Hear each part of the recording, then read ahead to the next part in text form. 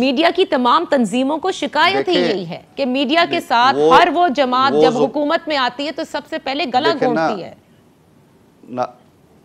नादिया, मेरा जो जवाब है वो सीधा साधा से है कि अगर एक तख्ता स्याह के ऊपर कोई गलत बात लिखी जाएगी जो पढ़ी है लोगों ने, तो उसको साफ करना बड़ा ज़रूरी है।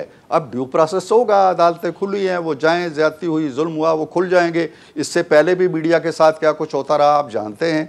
तो मैं इन चीज़ों का कायल नहीं हूँ, लेकिन मैं इसका भी कायल ज़रूर हूँ कि कानून को ज़रूर हरकत में आना चाहिए।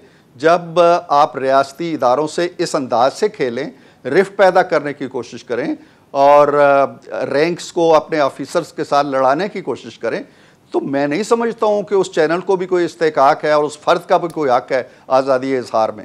इरफान सिद्दीकी साहब, वैसे पाकिस्तान मुस्लिम लीग नून के हवाले से लोग बड़ा मुस्कुराहट आती है जब आप लोग इदारों के लिए खड़े होकर उनको डिफेंड कर रहे होते हैं, क्योंकि अभी बिल्कुल कुछ अरसे कबल की बात है कि जिस किस्म से आप लोग इदारों पर तनकीद किया करते थे माजरत के साथ। खैर, आप इस चीज़ को ज़रा आगे लेकर बढ़ते हैं। लंदन आप गए, लंदन में क्या फोकस है? नहीं, पहले नहीं नादिया, पहले इन रिमार्क्स का मुझे जवाब देना है जो आपने अभी दिए हैं। आप हमारी मुस्लिम लीग नून की पूरी लीडरशिप को देख लें। अगर किसी ने यह कहा हो कि तुम बगावत कर दो, तुम हुक्म ना मानो, फ़ौज के सियासी किरदार पे कायदे आज़म ने 1947 में 14 अगस्त को तनकीद की। कायदे आज़म ने 1948 में तनकीद की कोयटा में जाके स्टाफ कॉलेज में।